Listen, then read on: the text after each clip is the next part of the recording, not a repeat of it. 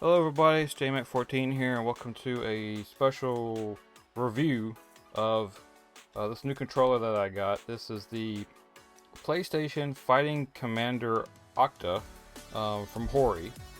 This is a unique controller because it's not only for PS5 but also for PS4 and also Windows PC as well, as I'll show you controller in a minute. The special things that this controller has as far as for a fighting stick, and I apologize ahead of time if things are kind of blurry or whatever. I'm trying to use the webcam again, so I'm just trying to give another shot. As you can see here on the packaging, you got PS5, PS4, and PC. There it goes. It's kind of trying to show it to you. Unique features it has is it has a adjustable sensitivity on the D-pad. It's got a short throw analog stick. The analog stick is actually pretty nice. It has an 8-way gate on it. You got your headphone jack on here. 6-button layout, but the buttons are micro switch buttons. The other thing about this controller is that it is like the lightest controller I've held in a long time. Between like the PS4 controllers, even some of the third-party ones I had, and the PS5 controllers, this is like a very, very light controller. Let me grab it here for you. It has a pretty long cord. I have it bound up right now, but it's got a very long cord to it. This is the controller itself. You got your D-pad here, got your analog stick. The touchpad works. You have share and the options in your layout here. What's unique about this versus my other fight pad that I have for PS4, this one right here, this is strictly the directional pad and it's a little bit more loose. This is very tight right here. Also, as you can see, it goes to R1 and R2, but you also have an R1 and R2 up here, but you can hit it with the switches. What they did with the Commander was they said, well, since you have R1, R2 here, we're going to put L1 and L2 here and put R3 and L3 over here.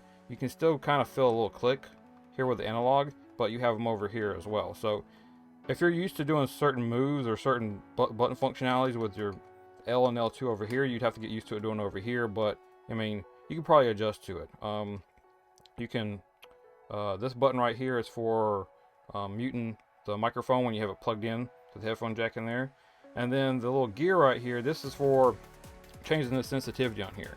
I didn't use any of the sensitivity stuff when I was testing it out.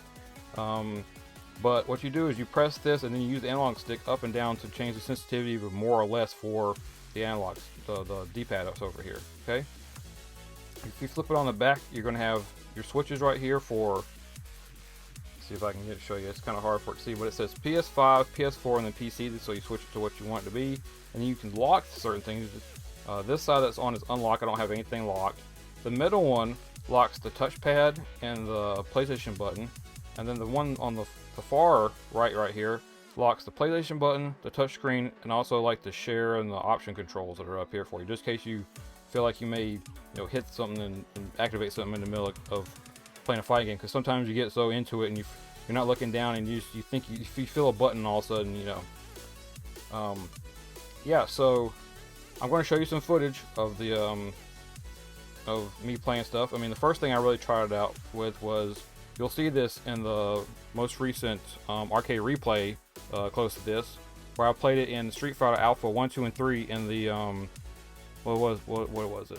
The Capcom Arcade Stadium 2. So I tried. That's why that's the controller I was using for all 3 of those games. It worked out pretty good. I mean, I like the thing about it is, the reason why I got this controller is because I know that I have the other one and it's mainly just the D-pad. I kind of wanted a fight pad that actually had the analog stick on it, because it's been years of me playing fighting games on consoles, and I've just, for PS3, PS4, and into PS5, I've just gotten used now to just using the analog stick over here to do all my moves and stuff. I like my other fight pad I have for the PS4, but sometimes it's just havoc on your fingers. I like just having just the analog stick here, and it's just comforting to me. The buttons feel nice. I feel like I can do combos and stuff a little bit quicker with it, because there's a very fast response to them. They have a very clicky sound to it, which you probably can't hear because of the filters and stuff I have on the microphone.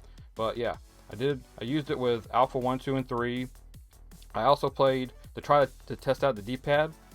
I play a little bit of DNF Duel, but soon, very soon after you'll see in the videos, after a while I'm like, no, I don't want to use this anymore, and I go right to the analog stick, and I feel like I can move and jump and do things a lot easier that way. So I played a couple of games with that. I went into King of Fighters 15. That is actually still downloading the full thing I'm doing the review here. I just went into training just to kind of mess with it. It felt really good. I felt like I could actually do like some combo stuff really quick when it came to the buttons. I also went into the Capcom fighting collection that I have to play a little bit of Darkstalkers and some stuff, but I've never played Darkstalkers before. And one thing I'm realizing now is that the games that were back when I was younger and in the arcades and stuff that we used to do, I can't really play those games anymore. I like the more up-to-date modern type games now, like King of Fighters 15 and DNF Duels, and when Street Fighter 6 comes out and stuff. I think this is going to be my main controller here instead of the other one, mainly because the other controller, I have to have the PS4 version for that to work. This, I can have a PS4 version, PS5 version, it doesn't matter. This will work with all of them. That's another reason why I wanted to get like another fight stick. And like I said before, as I'm doing this review and holding it right now,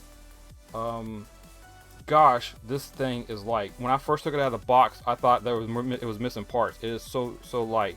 And you can easily, if you do the method where you lay the controller on your lap, I'm not used to that yet. I kind of want to get used to doing that, but you can actually have it kind of on your lap, like on your knee, and use the analog stick, and then do like a traditional arcade with the buttons on it and stuff. So I think this is a pretty good controller. I forgot how much I paid for it because I got it off of Amazon.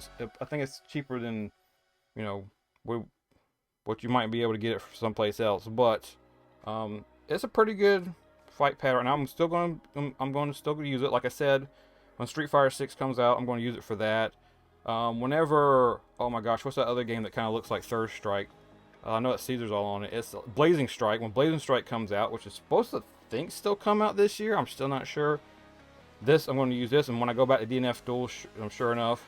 I didn't use it for Guilty Gear Strive, which I have, but I'm sure I'll give it a try on that. And if the new net code for the old Guilty Gear games is going to come out on the console too, I might even do it on that as well. So, but for me, for JMac, the review of this fight pad, I think it's, like I said, it's a pretty good fight pad, and I probably might give you a in the future review later on when I've played with it a little bit more and done a little bit stuff with some other games and stuff. So that's it. I hope you enjoyed the review. If you did, please give it a thumbs up, the like button down below to help out the video here on YouTube.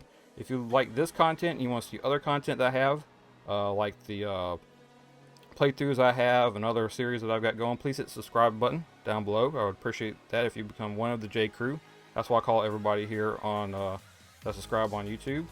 If you want to know what else I'm up to, I also have social media, which is up on the screen right now.